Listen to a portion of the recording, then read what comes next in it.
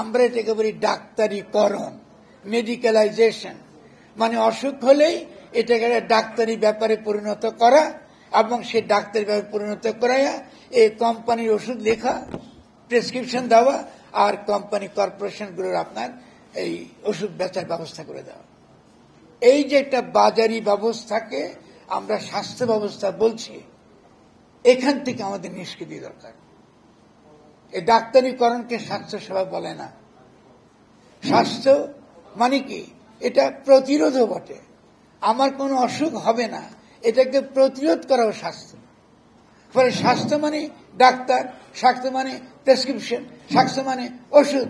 এইসব ভুল চিন্তা আমি বিনয়ের সঙ্গে আপনারা যারা সাংবাদিক এখানে হাজির রয়েছেন তাদের কাছে বলবো, এই ভুল চিন্তা থেকে আপনারা একটু সহায়তা করুন আমাদের, যাতে আমরা এখান থেকে মুক্ত হতে পারি।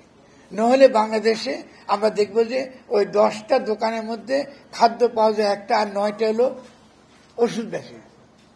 এরকম তো আমার কথা ছিল। যদি এই আমার এই ছোট্ট কথাটা আপনারা বুঝে থাকেন, তাহলে আপনারা বুঝবেন কি যে আসলে নার্সিং পেশা, সেবার এই অত্যন্ত মহৎ পেশা, এটা স্বাস্থ্য ব্যবস্থার ডাক্তারদের সমমর্যাদা সম্পন্ন পেশা, একই মর্যাদার পেশা।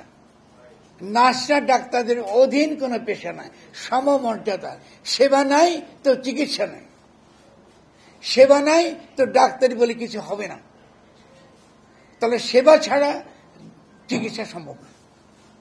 ফলে প্রথমত আজকে আমাদের এই যে প্রেস কনফারেন্স, আমরা এই যে 2 দিনের যে কর্মশালা করেছি, এই 2 দিনের কর্মশালা থেকে যে কথাটা আপনাদের সামনে এবং আপনাদের মাধ্যমে দেশের জনগণকে বোঝাতে চাই যে সেবা ছাড়া এবং একই সঙ্গে সঙ্গে নার্স পেশার যথাযোগ্য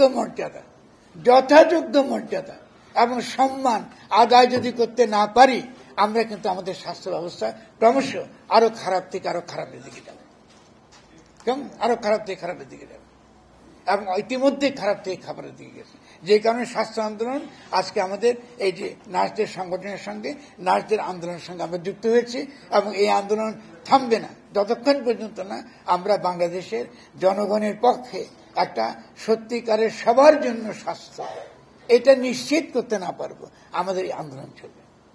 ফলে এই আন্দোলনের মূল কথাটা হচ্ছে এই যে সরকার এর আগে আমাদেরকে প্রতিশ্রুতি দিয়েছে যে তারা সবার জন্য স্বাস্থ্য তারা কার্যকর করবে। কবে? 2000 সালের মধ্যে। তারা সরকারকে আমরা এখন দাবি জানাতে চাই যে কেন করেন নাই, এবং ডক্টর ইউনূসের সরকারের অবশ্যই তাকে এটা তদন্ত করতে হবে, এটা তার দায়িত্ব। যে এর আগের সরকারগুলো এইসব প্রতিশ্রুতি দিয়েছে, এইসব প্রতিশ্রুতি পালিত হয় নাই কেন? এইসব প্রতিশ্রুতির কথা বলে আপনারা কোটি কোটি টাকা বিদেশ থেকে ঋণ এনেছেন, সেই টাকা কোথায় গেল?